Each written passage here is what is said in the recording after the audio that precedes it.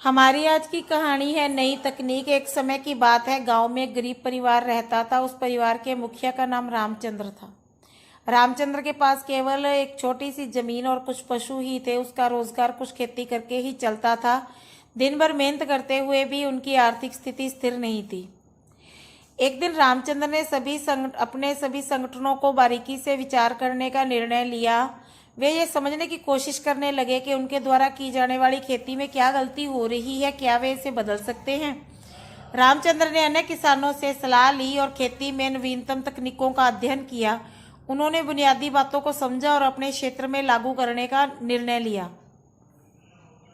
रामचंद्र ने खेती में सिंचाई की व्यवस्था स्थापित करने की और उचित उर्वरकों का उपयोग करने का भी निर्णय लिया। उन्होंने एक बेहतर खेती तकनीक को अपनाया जिसने उनकी उपज को बढ़ावा दिया।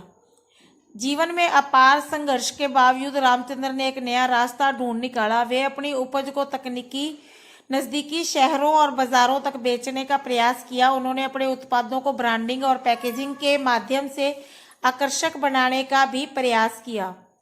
उनकी मेहनत और संघर्ष ने उन्हें अच्छे मूल्यों पर उपज बेचने का मौका दिया। शहरी लोग उनकी उपज की गुणवत्ता और आवश्यकता को महसूस करने लगे और खरीदारी के लिए उनकी खेती से प्रेरित भी हुए। धीरे धीरे उनकी खेती ने उन्हें संपत्ति का मालिक बना दिया। वर्षों के बाद रामचंद्र ने अपनी जमीन का आकार बढ़ाने का निर्णय लिया और नई उचित तकनीकों का उपयोग करने का भी निर्णय लिया।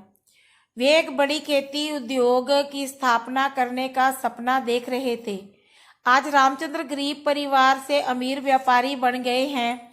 उन्होंने अपनी मेहनत, समर्पण और अपनी विचारधारा के बल पर अपने सपनों को साकार किया है।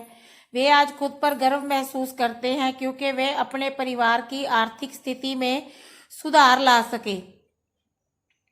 इस कहानी से हमें यह सीख मिलती है कि आपकी आर्थिक स्थिति केवल आपके पास कम काम करने वाले विचारों से ही नहीं, बल्कि आपके कर्म और संघर्ष से निर्धारित होती है। सफलता का रास्ता दुख, कठिनाइयों और विपरीत परिस्थितियों से भरा होता है, लेकिन अगर हम आगे बढ़ने का निर्णय लें तो हम अपने सपनों को साकार कर सकते हैं और अपनी आर्थिक स्थिति में सुधार ला सकते हैं। ये कहानी हमें ये भी याद दिलाती है कि संपत्ति कमाने का सबसे महत्वपूर्ण तत्व हमारी सोच और दृष्टिकोण है। अगर हम अपने सपनों के पीछे दृढ़ता से खड़े रहें और संकल्प से काम करते रहें तो हम हर चुनौती को पार कर सकते हैं।